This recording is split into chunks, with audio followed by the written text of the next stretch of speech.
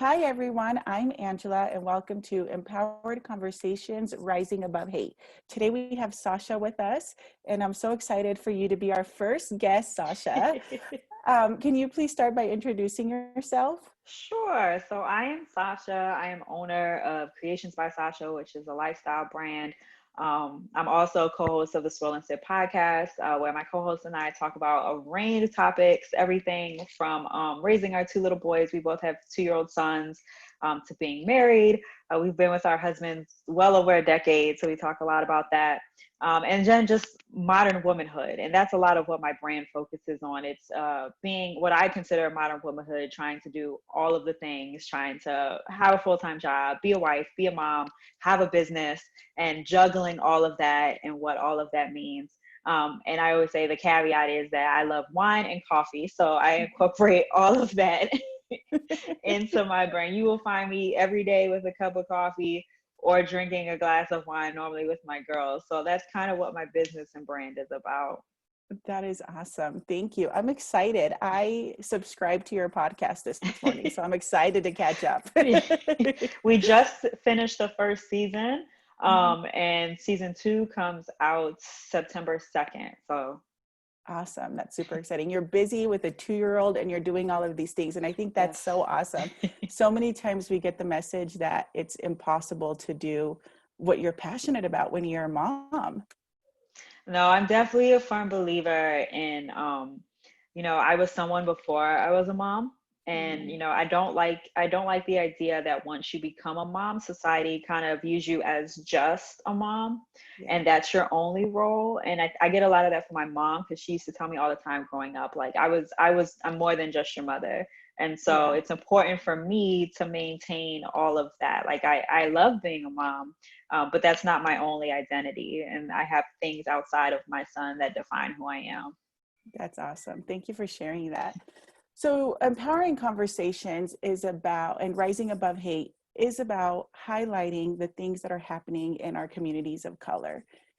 And I also want to be able to share and bring, I really believe that when we bring people in and you see like the picture, it's not just what you see on news. You can relate to somebody because you either start to follow your page or listen to your podcast and you can relate to this person's story, or you start to have, I feel, more compassion towards things that you are not aware of. So I would like for you to share a story of discrimination or something that happened towards you personally or your family. So this is an example I always use because I always think it's hilarious. When I was in college, I worked at Starbucks and I loved working at Starbucks. But we were getting ready to close up for the night, and I was mopping the dining area. I think I was either sweeping or mopping, and these two people come in, they order their drinks, and they're getting ready to leave. And I say, oh, well, have a nice evening. And one of them literally stops and turns back around towards me. And he's like, oh, you speak English so well. And I know it was because I was mopping, like, and I was cleaning. And his automatic assumption was that you must not be from here. Yeah. And so it's amazing that you speak English so well. And I just kind of looked at him and I was like, well, yeah, I'm from here.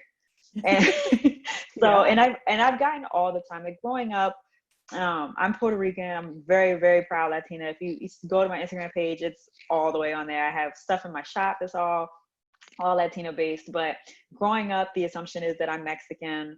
I get a lot of the times that it's just conversations like that. Like I eat certain food, like I must like spicy things. Like it's always been that type of conversation. Like I've gotten asked a lot of times, oh, well, where are you from?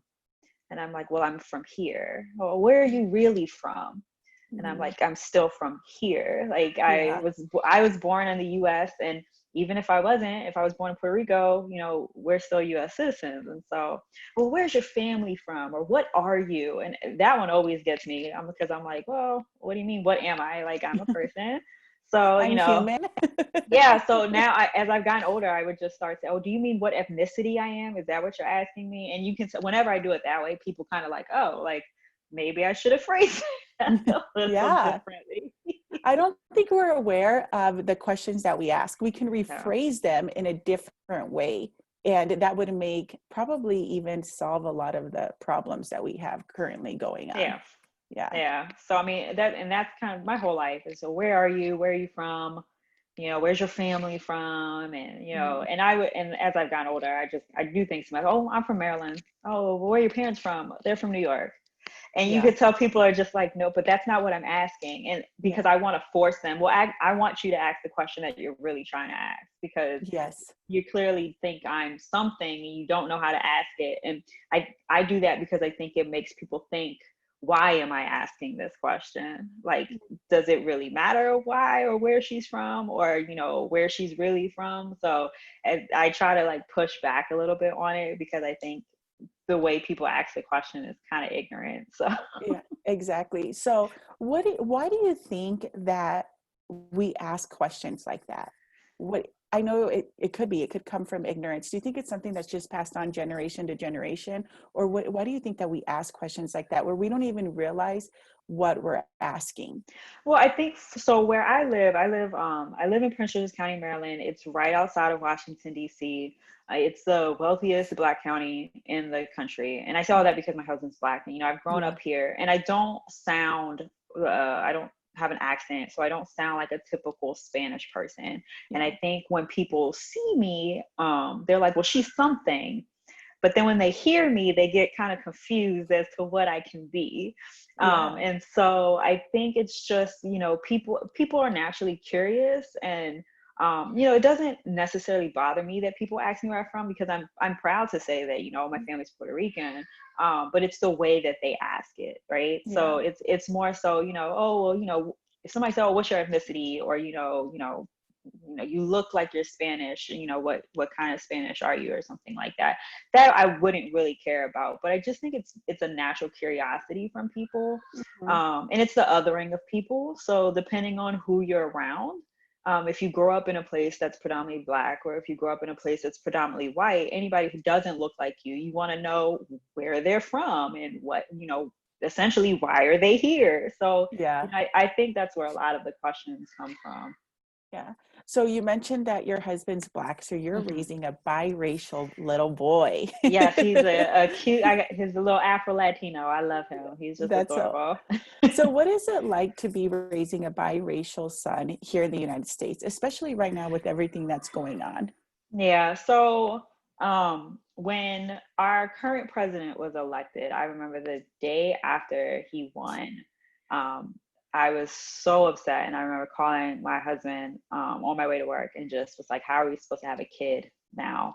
Because Yeah. everything that our family is everything that he hates, and and Mhm. it's only going to get worse, which I think it has. And then when I found out I was having a boy, I was even like more worried because of how little boys of color are treated in this country. Mhm. And knowing that my son he's going to be raised where he is, most of his friends are probably going to be Black. He's going to be seen that way, even though he's like slightly darker than me. He looks more mixed now as he's gotten older. But when he was first born, he looked 100% like a little Latino baby.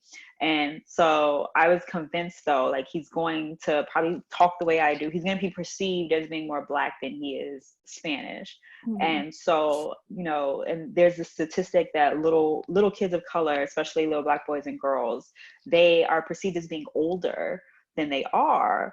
And by the time they're like 5, 6, 7, they're 10, 11, 12 in people's eyes. And that's why they Oh, get wow. judged as being, they should be more mature, or they should Mhm. act a certain way.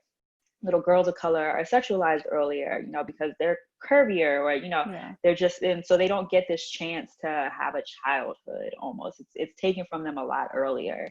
And that's kind of what my fear is for him. My husband's 6'3". He's a very tall guy. I'm only 5'2". My son is already three feet tall. He's over 3 feet tall already. He won't be 3 until October, and that plays into it too, because he'll be like 7 and he'll probably be 5 feet tall already. And Yeah. people will look at him and say, oh, well, why does he act like that? He's supposed to be more mature. And I'm like, because he's 7. My Yeah. father-in-law would tell me all the time, and my husband was growing up, because he was the same way. He was this tall kid. he would get called into parent-teacher conferences all the time because teachers expected him to act a certain way. And my father-in-law always had to remind me, he's a kid, he's a child. Yes, he's tall, but he's a child. And so I Yeah. fear a lot of that for my son. And it's even harder because my husband's a police officer. And so the dynamic, my son is 100% a daddy's boy. Like, he loves his father. He would pick his dad over me 100% of the time. So as he gets older, trying to explain to him, not all police officers are like your daddy. They're not going to all treat you the same way that your dad does. And my husband's whole family are cops. Like, his sister-in-law, my brother-in-law, my sister-in-law are both police officers. My mother-in-law retired as a police officer. Cousin retired as a police officer. So he comes from a family of police officers. Yeah. But it's the dynamic of, when you take off that badge, you're still a Black man, or you're still a person of color, and you're going to be perceived that way more times than not. And so I worry about, how do I teach that to him, and how do I reconcile that? All the police officers that we know are good, and they all act a certain way because we know a lot of them, but not all of them will be that way. And when you're raising little boys of color, especially, you have to have these conversations with them at a relatively young age about, this is what you do when you get pulled over, or this is, how you act when you're around, authority, and make sure, keep your hands out your pocket, don't put your hood up. Like, so it kind of, it's sad in one aspect, because it kind of, I feel like, will rob my son of some of his innocence a lot earlier than it should.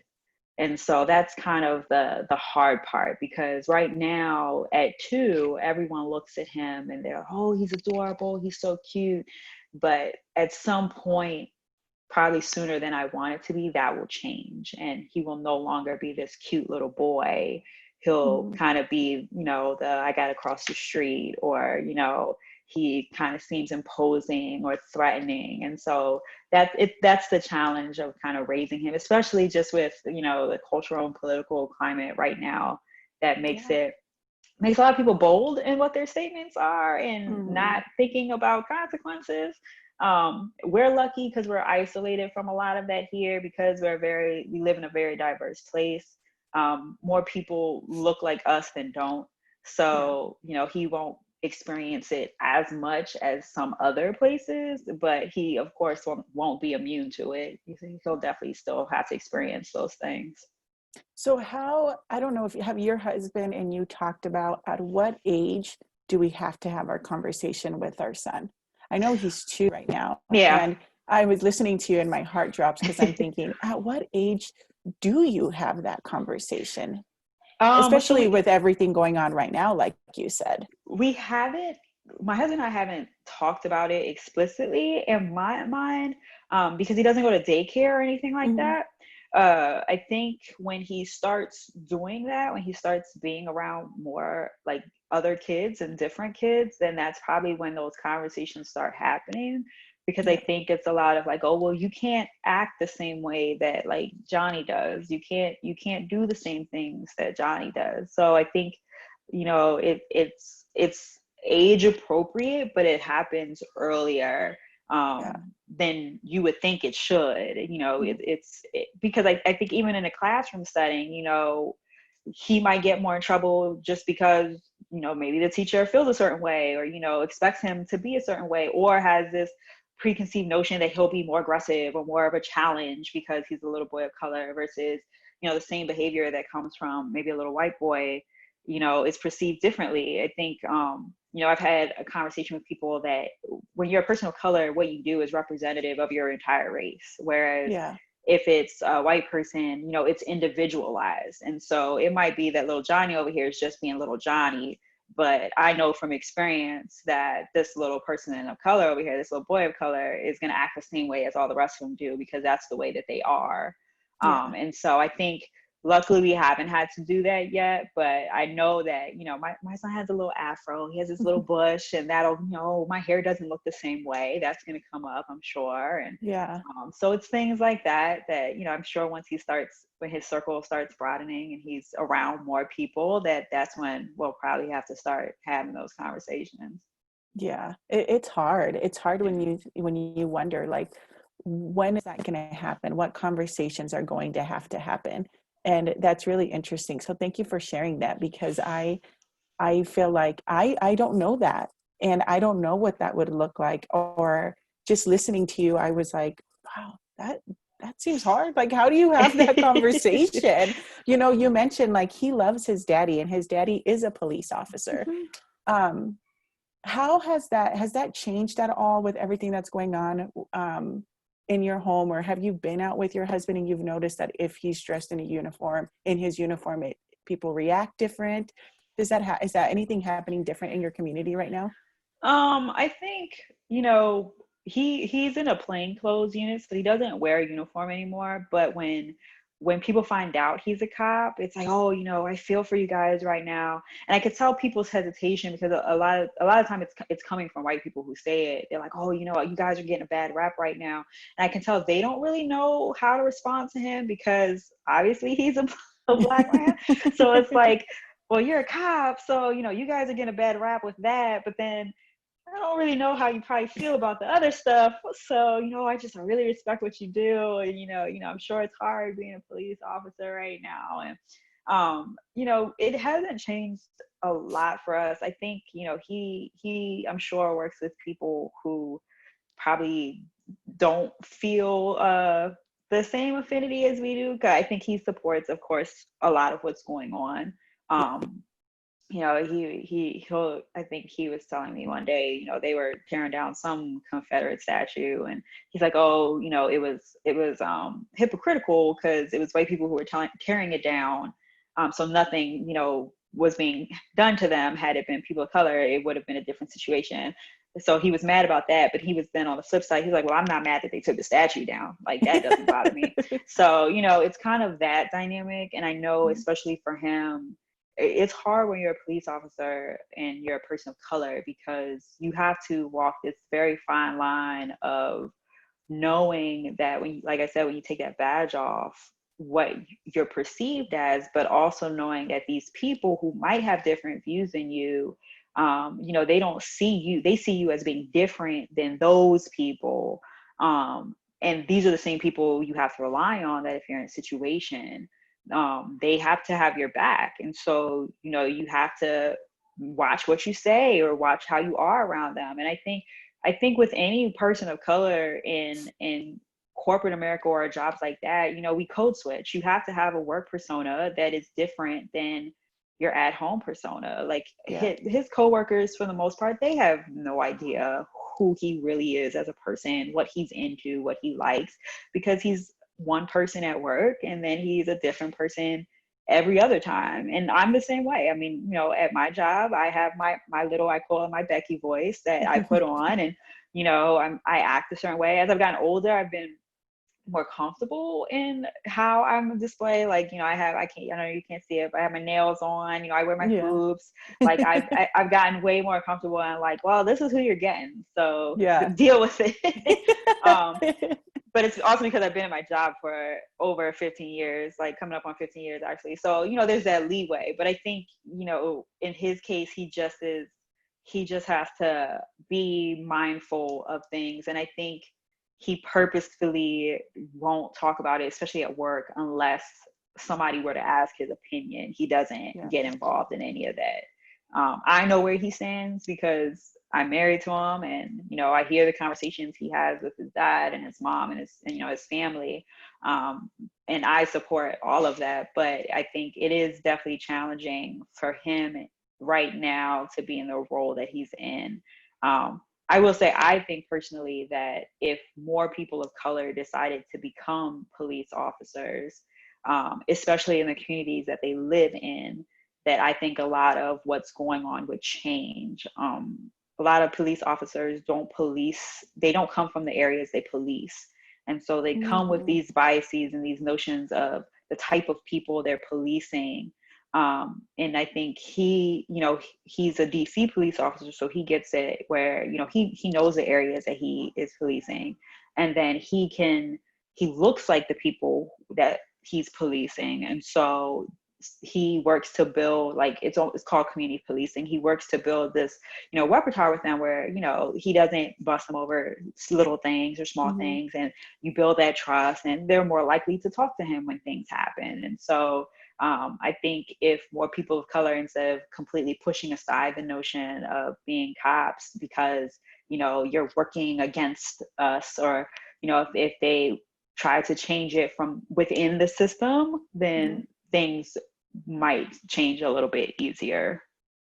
I like that. I think I don't think, now that I think about it, I know very few police officers here in my town that Yeah. are actually from here. Yeah. Yeah, that, like, when you were saying that, that was like clicking to me. I said, Well, that's true. There's not very many that are from yeah. here. And if you knew your community, your people are probably going to trust you more, and what Yeah. happens within your community. Well, and that's what my father-in-law says. When he was growing up in DC, he get pulled over by a police officer. A police officer starts talking to him. Oh, I'm gonna call your father. I know where you live. Like, him and I, because they're from that same area. But now, because policing is more of a profession now, and it's not so much something that you do within your community. It's turned into you. I know he has people who work with him who live in, like, Delaware, who come Yeah. every day to, come to DC and work. And so you're not impacted or in the community at all in which you're policing. So it's very easy for you to see people as this othering, like, Yeah. these are those people and they act a certain way, and they do these things. Whereas if you are police and you police within your community, like, these are my people, like, these are people, this is where I live, I take pride in this area, and I know who so-and-so's mom is or so-and-so's dad. I know their situation, so this is why they might be acting out this way. Mm-hmm. So I think it's a different dynamic if you're policing that way. Yeah. Yeah. Thank you for sharing that. So this made me think of something that happened at the lake. We were at the lake a couple weeks ago, and somebody called the rangers that were there, and they went straight to a family that was there at the lake. And my son, who's 10 years old, he's constantly, he's hearing, if I'm listening to the news, he's listening. As much as I say, boys, go outside and play, boy, because maybe I'm being like a helicopter mom because I'm taking care, but there's certain things that I don't want to have certain conversations yet with them. And he gets pretty tan in the summer. And so we're at the lake, and the rangers, I mean, you knew they were going directly to that family, and Mm-hmm. they were Hispanic, more than likely. Actually, I know that because we've seen them before, so I know that they're a Mexican family. And the boys, when the rangers got there, my oldest looked at me, and his eyes got really big, and he goes, "Mom, are the cops there because they're brown?" And I just looked at him, and I kind of was like, why is he asking me that? And this literally just happened a couple of weeks ago. And I said, no, son, I'm pretty sure that they're doing that because, in the certain area where the lake is, you're not supposed to be pressing the gas on the jet skis and the boat because there's people in the lake. And so I explained that to him, but the first reaction was that he didn't think of anything else. And I kind of just listened to him. My heart dropped. Because at times he will say, like, Mom, he asks why he gets so tan because I'm so fair skinned and I turn red. And so I wonder, like, what kind of conversations should we be having with our kids, in your opinion, not only about, I guess, yes, it is. It's about race and the color of your skin.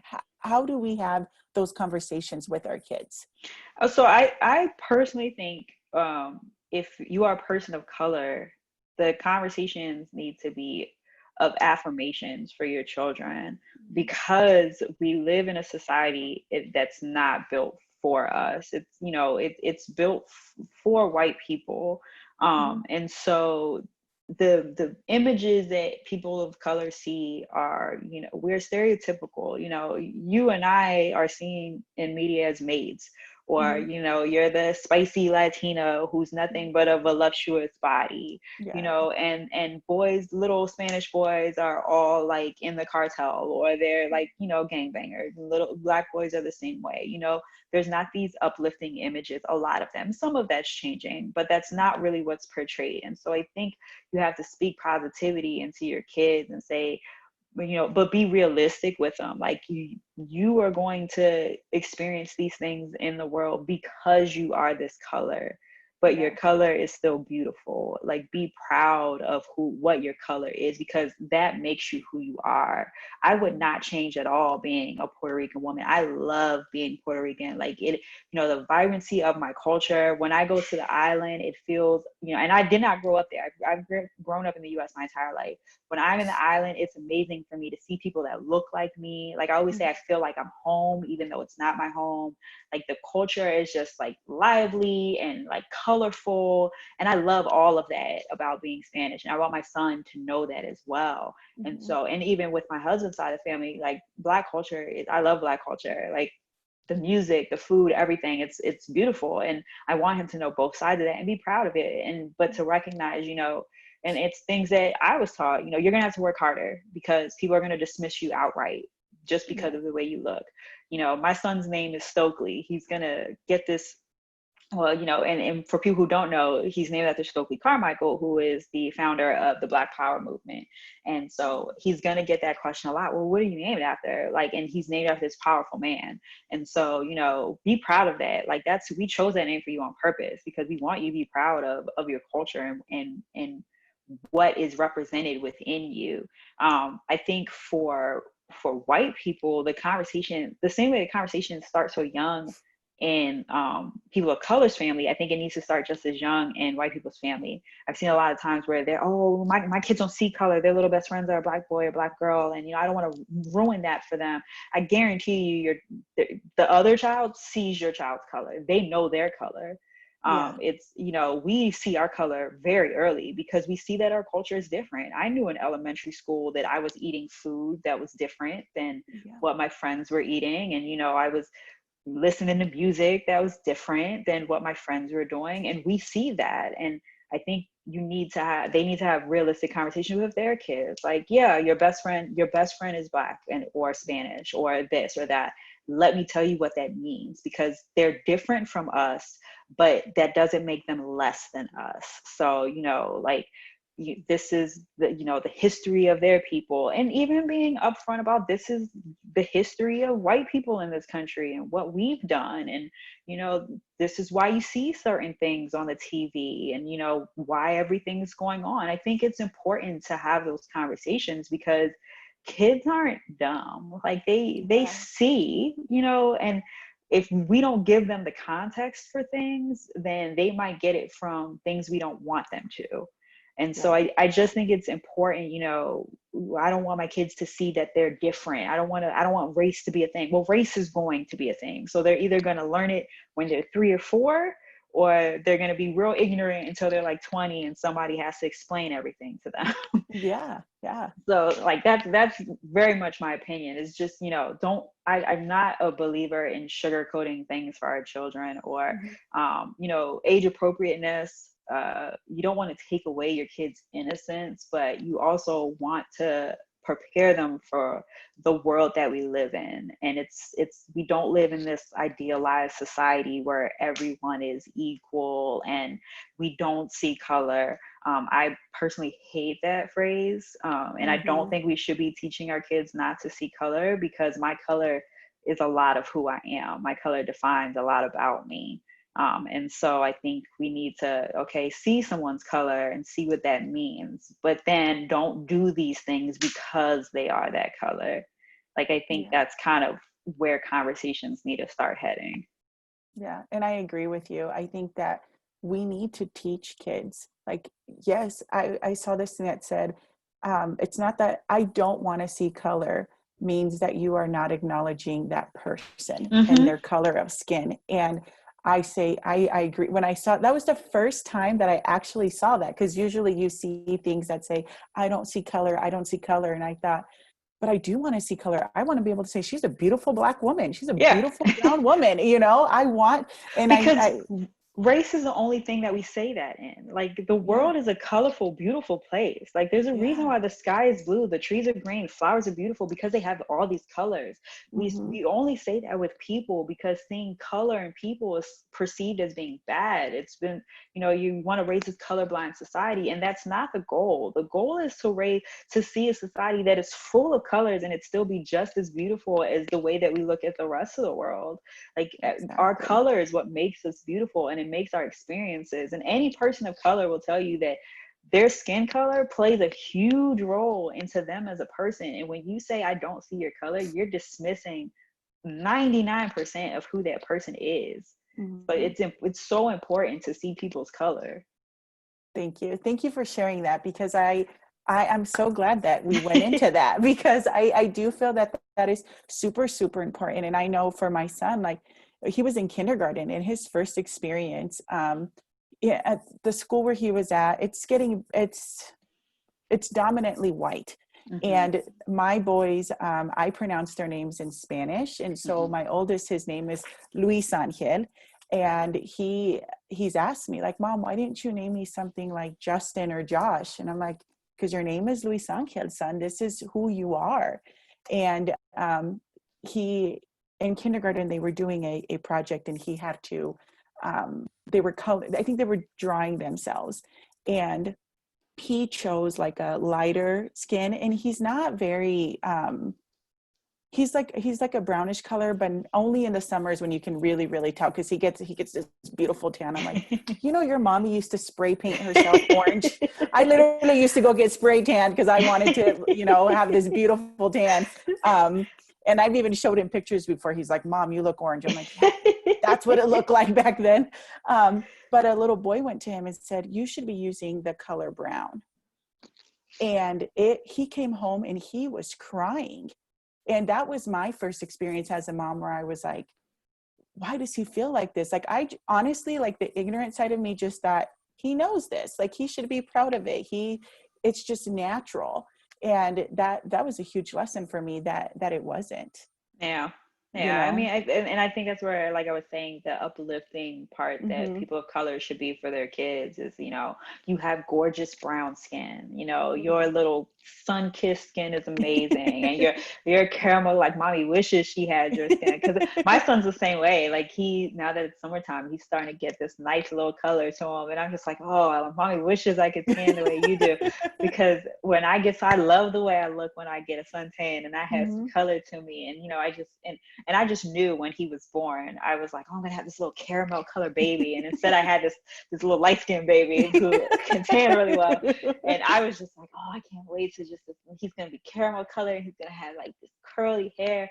And I think it's just, so important, because we're, the beauty standards in this country are of, they're what European ideals, small noses, light skin, light hair. And you can't see my hair, it's blonde under here, I've dyed it. Yeah. But I love my hair when it's dark, I love my hair when it's brown, and my hair color doesn't, I'm not trying to be a white woman when I dye my hair, because I'm still unapologetically Puerto Rican and all of that. And I want my son to feel that same way. I Yeah. want him to be proud that, he is this little person of color, and that, it's filled, like, his brown skin is filled with such richness. Like, it comes with such history and culture and experience, and be proud of it. And, if he's ever in a situation where a little boy tells, oh, use the brown, he'll be like, yep, that's the color I should be using, because that's me. Yeah. I am a little brown boy. And, it would be so sad if he came home and started crying. Yeah.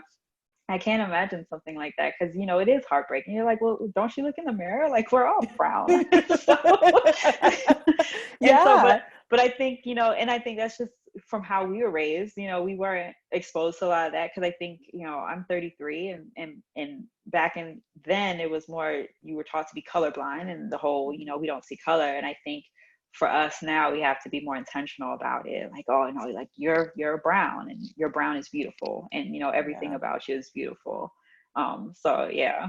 Yeah, thank you. I love that. I'm so excited that you were the first one that I got to interview. Um, Thank you. Thank you, Sasha, so much for being a part of this interview. And I will be posting your information, your links for your podcast, where they can follow you, where they can find your website. I'm Yep. super excited. Thank you. Thank you so much. Thanks for having me.